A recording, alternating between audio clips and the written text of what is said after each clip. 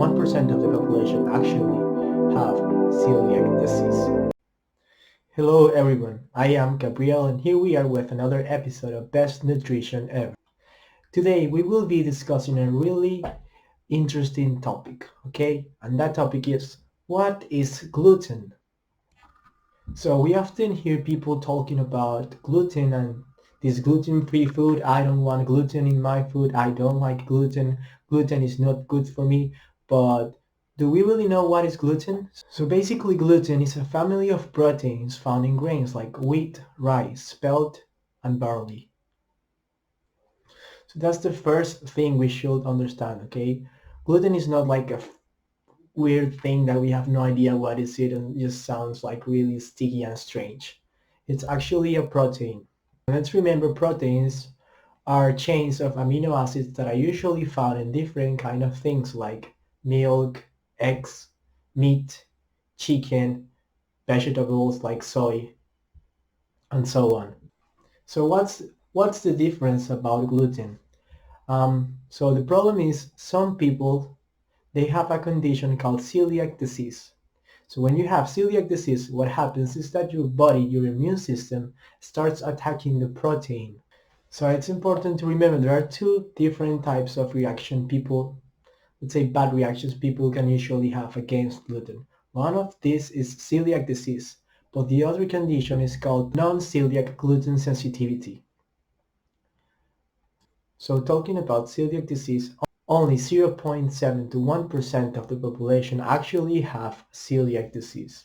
It is true that there might be more people that maybe they don't have celiac disease, but they like their body can react in a harmful way, not in a positive way against gluten, which can be maybe manifested through allergies, maybe digestive problems, headaches, stomach aches, and so on.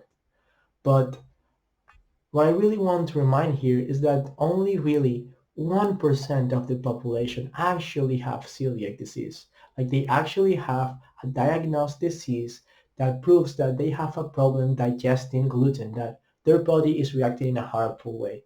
Why am I talking about this? Because there is usually kind of trends, and that also happen within the food industry. So sometimes we can start buying products gluten-free and we don't really have an idea why we're buying these. We don't know what's gluten. We just heard someone saying, oh yes, gluten is bad and I don't want to eat it anymore, so I'm buying gluten-free products. But I have no idea what gluten is. If like my body reacts harmfully against gluten, I just buy it because everyone is doing it. So I think it's important to understand that.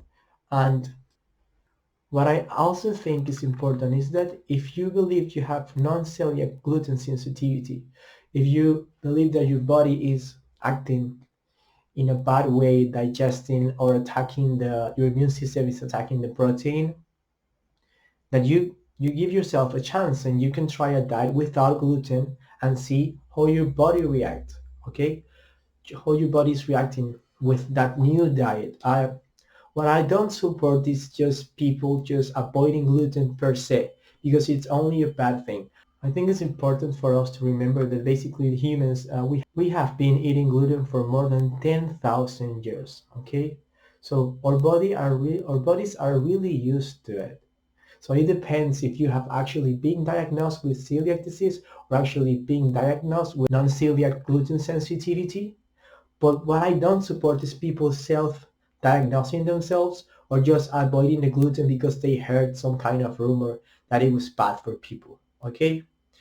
Other thing that I want to share is, for example, this study. I'm gonna put the link of this study down below the video so you can read it if you're interested. So they basically took 392 people, okay? People that were complaining of non-celiac gluten sensitivity related symptoms. And what they did is that they put these people through a diet, okay? So they took gluten out of their diets for about 6 months. And then what they did after those 6 months is that they reintroduced gluten in the diet for 1 month to see if the symptoms were actually going away and then reappearing, to really study if these symptoms that they were talking about were really related to gluten and gluten consumption. What is really interesting is what I'm trying to discuss here in this video about like self-diagnosed celiac disease or self-diagnosed non-celiac gluten sensitivity is that out of these 392 people that were in the study, 337 did not experience any change with a gluten-free diet. So they were really self-diagnosing themselves. They really didn't have any problem whatsoever with gluten or digesting gluten, or their immune system was responding in a bad way against gluten. So this is the idea that I want to share today, that we really have to understand that gluten is only a protein, and then we have to understanding that it is a protein. It is true that some people, some percent of the population, their bodies react in a harmful way towards gluten, but that's not the case for everyone. So before we start deciding if we're going to really just avoid gluten because we just heard about that or some people are doing it, it's better that we understand if like we can do the study, if the test, if we really have celiac disease, or really try a diet to see if our body is responding in a bad or good way against a gluten-free diet. But gluten per se is not bad. That's the idea that I want to share.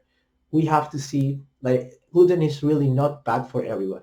As I said before, only 1% of the population actually have celiac disease.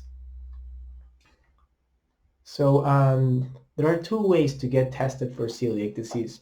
One of these ways is so you get a blood test, and they're going to try to find in your blood an antibody which is called, so the most common antibody is called TTG IgA, and also you can have along with that, you can have together with that blood test, you can have a biopsy from the small intestine.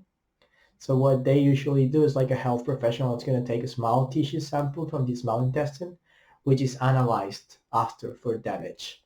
And that way you can get diagnosed if you actually have or not celiac disease. What I don't want is people to self-diagnose.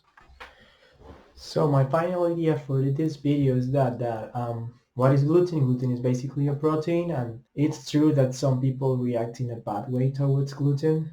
It's about 1% of the population. Some people have allergies, some people have digestive problems, some people develop headaches, stomach aches, and so on.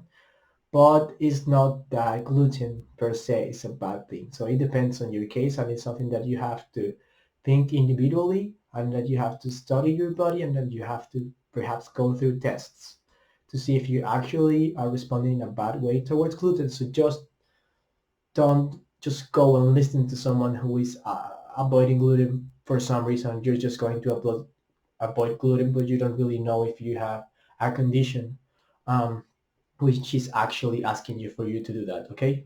So thank you for this video, and I hope to see you in another episode. Thank you for watching, and if you like this video, please comment, like, and subscribe.